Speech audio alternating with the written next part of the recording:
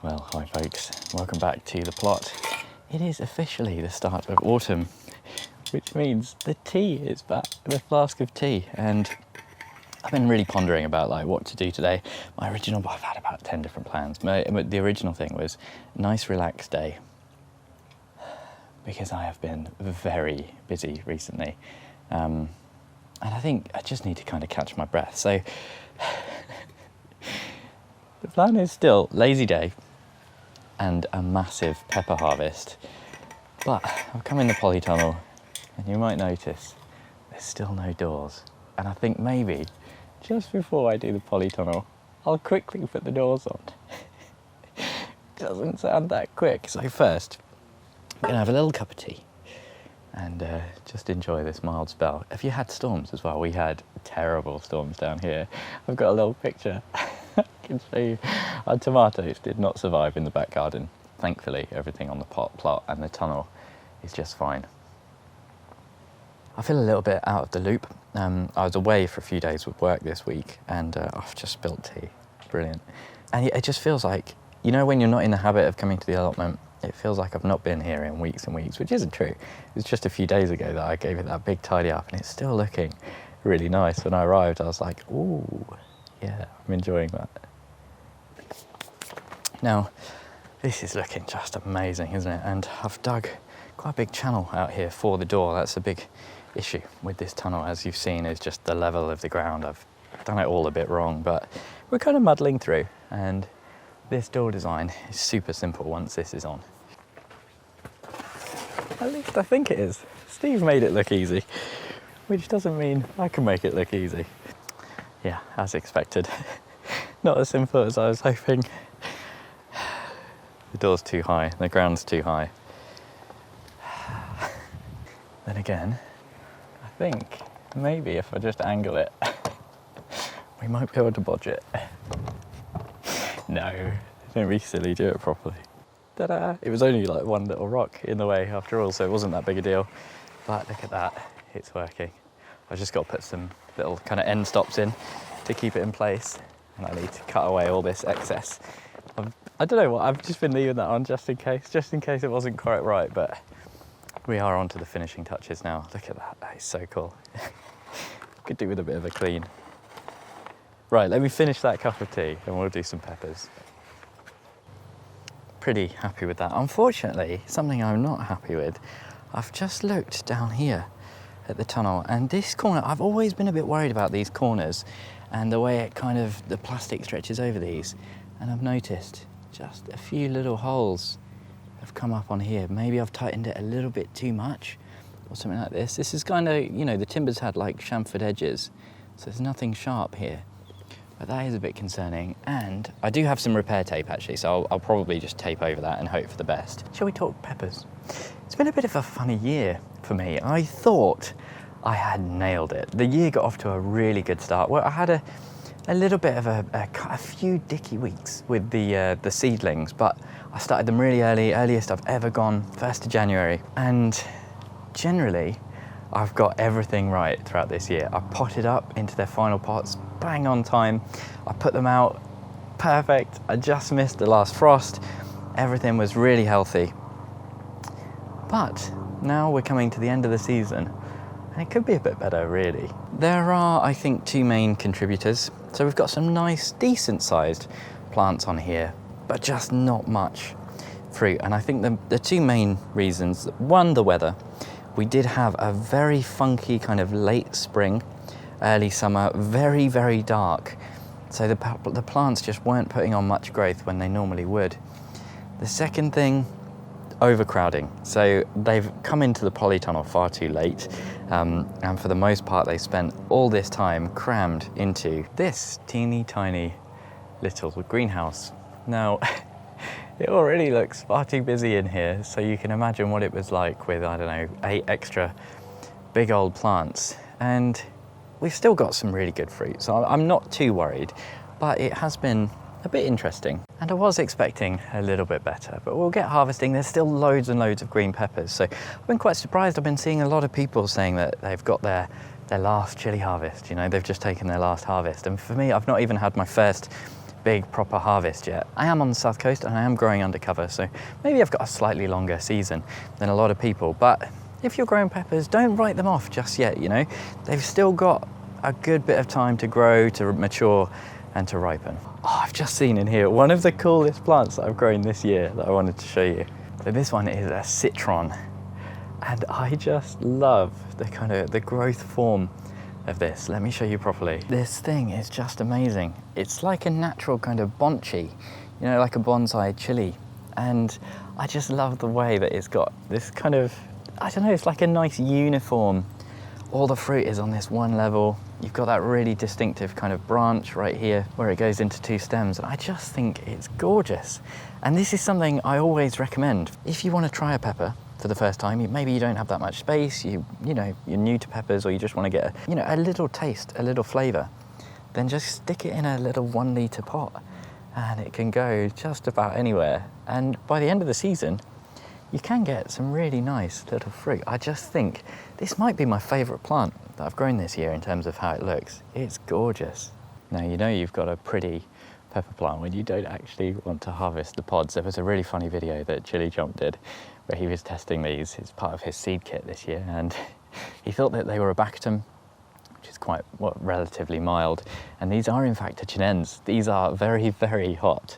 They can catch you out, so I'll link that video in the description if you've not seen it. It was very, very funny. First plant to look at is this Dorset Naga, which just unfortunately never really properly got going. It's kind of horrible, languid yellow. Something's wrong with it. It might be nutrient, might be lack of feed, but there are still a few pods on here. And one thing that's nice about this is it does make my attempt at monster chili look a little bit better. I'll harvest this one first and then we'll look at the monster. Not only are there barely any pods on here, what a meager harvest, they're tiny as well, but peppers don't really need to be this hot. The Dorset Naga is fearsome, so not the end of the world if you only get a few, you know. Now, in the tomato greenhouse, I must say as well, everything is still looking really strong in here. Still loads of tomatoes, loads of strong plants, still quite a few harvests to come. Look at these black strawberry. Oh, yes. But yeah, in here, I have another Dorset Naga, which, to be honest, looks kind of similar in like its coloration. And this was my attempt at a monster chili, a 30 litre bucket. And I've been thinking of this as a bit of a failure, but actually, comparing this with the other plant we were just looking at, it's not too bad. And one thing I always say when I'm harvesting peppers, beware of harvesting ones like this, which haven't gone fully ripe yet. There's a good example here too. This one doesn't look quite ripe to me. This one does. It's just that slightly darker shade of red. And it might not come across on camera, but it's something to really watch out for, because once they get to their full coloration, they normally like another week or two on the plant to fully develop their flavour and lose a bit of kind of bitterness, which you can get in a slightly unripe pepper. So, better, slightly better sized pods, but yeah, from a 30 litre tub, that is not great. If you missed, Chilli has been doing a competition with Pepper Geek this year, trying to grow monster pepper plants, and Chilli has just counted his harvest, and yeah, he had a few more than this, but hey, we had fun. We tried, didn't we?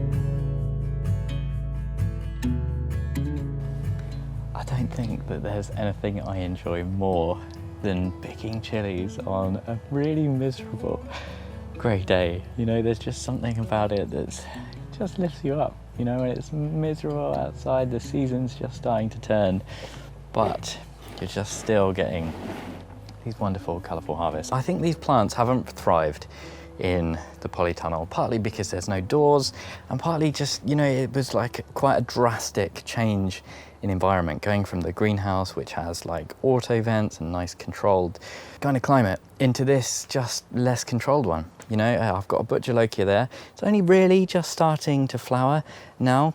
This sugar rush stripy plant has been attacked massively by pests. Loads of the pods been eaten and things have burrowed in. Very uncommon for me, that, with peppers. There's a few more pods on there, but it's not amazing. But the chili is still rocketing away, just starting to put out some green peppers, which is nice. This piri piri, also well on its way, but not quite ready yet. This one is meant to be a 7-pot primo, and they've come out chocolate, and actually this one I'm kind of hopeful about. It's just starting to set lots of fruit, loads of flowers, but it is a little bit late. I did take a few off here just now. Look at this, equal parts amazing and terrifying. Really very, very cool. Meant to be red. I'm not sure why this one has come out chocolate, but there's just a few on there, and the harvest is beginning. One thing that is quite nice, this one just up here is the Kashmiri, and that is full of green pods. This is more what I would like to see at this stage of the year. Loads and loads of green pods that over the next few weeks are going to come ripe, and sort of mid-October the plant can finish. But hey ho. It is looking much nicer in the greenhouse, I think, so let's go in there where I think there will be some much nicer harvests. This is very exciting. Now in here, I think partly the conditions and partly because a lot of things are in much smaller pots, we have got plants that are loaded with pods. These are all ready for harvesting. We've got aji mango there. I think this one is Bert the chili, and the ones in the polytunnel look wildly different. There's something there that looks very hot. I'm not sure what that is. We've got some more citron, the hot chocolate pepper. This is a new one for me. Tiny little pods, just starting to turn. There's one in here that I'm really excited to harvest. This one, the orange monkey face chili, absolutely loads on there. We've got some Korean peppers, this plant, kind of full. It's really surprising just how different it is in this greenhouse. And this, a successful sugar rush stripy plant. I've had a few here, and look at that pequeño in the background. Everywhere I look, there's loads ready.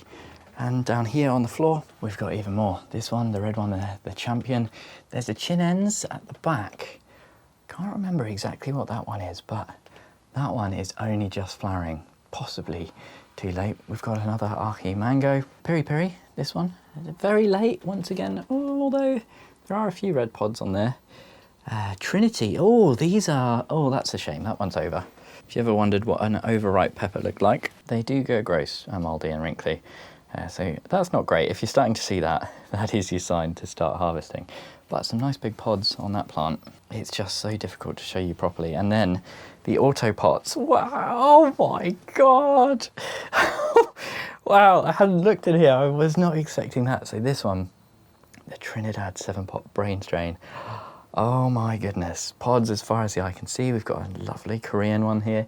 I thought, because I can see mostly green peppers up top, I thought these weren't quite ready, but over here too, the Sugar Rush Long Peach. Oh my days, yes, this is great. I can't stop smiling. This is brilliant. Much more what I was hoping to see. Bit of a shame about those polytunnel peppers, but I had to get them out of here anyway because there just wasn't enough space, and it's fair to get a few peppers off them, and they've still got a little bit of time in the season. I'm going to get harvesting in here. Oh, I can't stop smiling. So pleased. Some of these look really good.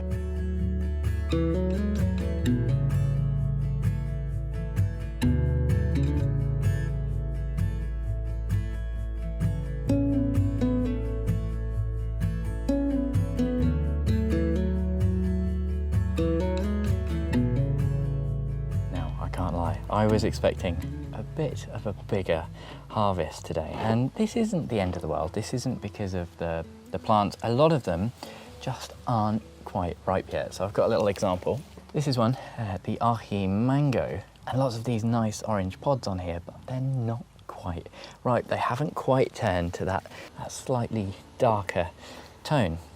What has been a great success, however, is the auto pots. Now I've got here a little selection that I put to one side. These are, for example, the Korean peppers. I'll show you some comparisons. So that's okay, they're just starting. It's a nice little modest harvest. This, the Sugar Rush Long Peach. Absolutely loads of those, and so many more on the plant. And this, the 7-pot brain strain, which is just mad. Absolutely loads of those. And they're huge. The absolute size of that. Now that is an extra hot pepper. I've been quite careful with it. But I can't believe the size of it. And the Sugar Rush stripy, not the stripies, the Long Peach too. They're just massive. They are absolutely gigantic. Let me get a comparison one. Can you believe that these are the same pepper. Sugar Rush Long Peach, same seed. The ones in the Autopot are slightly lighter coloured, so there could be some kind of phenotype variation going on there, but I just cannot believe it. And the Sugar Rush Stripey. Some of the ones in the greenhouse are absolutely gorgeous. They're still a bit funky, and these ones look a little bit dry and wrinkly almost. There's still a lot of kind of instability in the Sugar Rush Stripeys, but oh, just look at this. It's looking much, much better. Now we've got the Autopot harvest in. I just can't believe those brain strain. And the Korean peppers as well, look, another size comparison. There you've got my standard peppers on the right and the Autopot pepper on the left. Once again, same seed. And the Korean peppers they're really nice, but one of the cool things I've noticed, these generally for goshigaru or gochugaru, kind of dried chili flakes, and these are like drying on the plant almost. They're almost already sun-dried, really thin pepper, so perfect for drying. Something I've discovered as well is that I don't have the patience for the small peppers. There's a pequeño in there, which is a really nice pepper, but they take so long to harvest. They're just tiny, tiny little things. Ugh. And it's the same with grasshoppers and everything flying around. The fisheye, this one, tiny, tiny little peppers, and I can't be bothered, to be honest. They're not going to get harvested. Just one of these things. I won't be growing small peppers again, I don't think. It's looking really nice in here, but like I say, there's just so many either green peppers or peppers which are the correct colour, like these ones, they're red, but they're just not fully done. So I'm leaving on the plant. Loads of Buena Malata ones in there, the same, the hot chocolate. No harvest from there, really. Oh, the monkey face. I actually forgot about those. I'm halfway through harvesting that. It got really warm. It's quite difficult in wellies and a t-shirt in the greenhouse. But these monkey face peppers have grown amazingly for me. They're a little on the small side compared to what I've seen others grow, and I definitely can't see any monkey face showing up, but they're meant to taste amazing and be quite mild, so.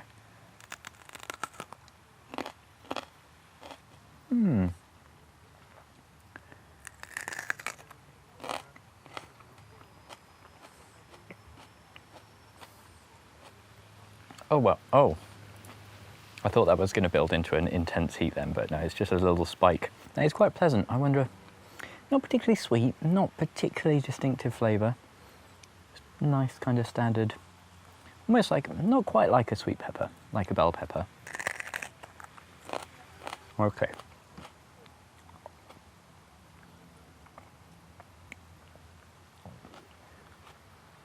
That is surprisingly hot. That's caught me out. Oh, that's, my eyes are watering. I've got hiccups. I'm still quite far down the pepper. So that as you go up, it gets hotter and hotter. I thought these were meant to be around 5,000. It's definitely hotter than that here. Oh, the hiccups. Oh, this is really, this has caught me out. The heat's sticking around a little bit longer as well. Undecided on this one.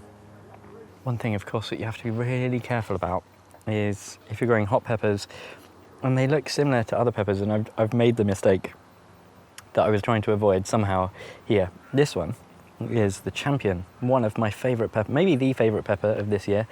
And this one is the Trinity. Never grown, never tasted. And they look very similar, don't they? And I've put them too close together. So the hot ones go on that side, JB. You fool.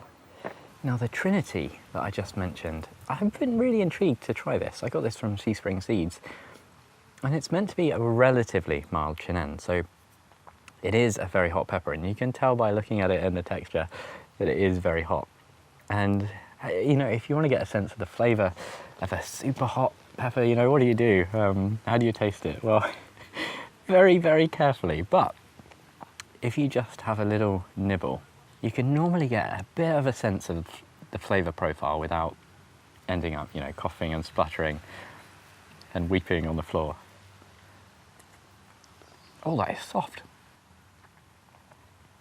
Kind of floral. There's a bit of a floral thing going on there. It's quite pleasant. Normally there's almost no spice right at the end. Well, a little bit of the typical Chinens. Only a little bit though. I wonder if this is going to be mild. I'm going to keep going. I'm nervous.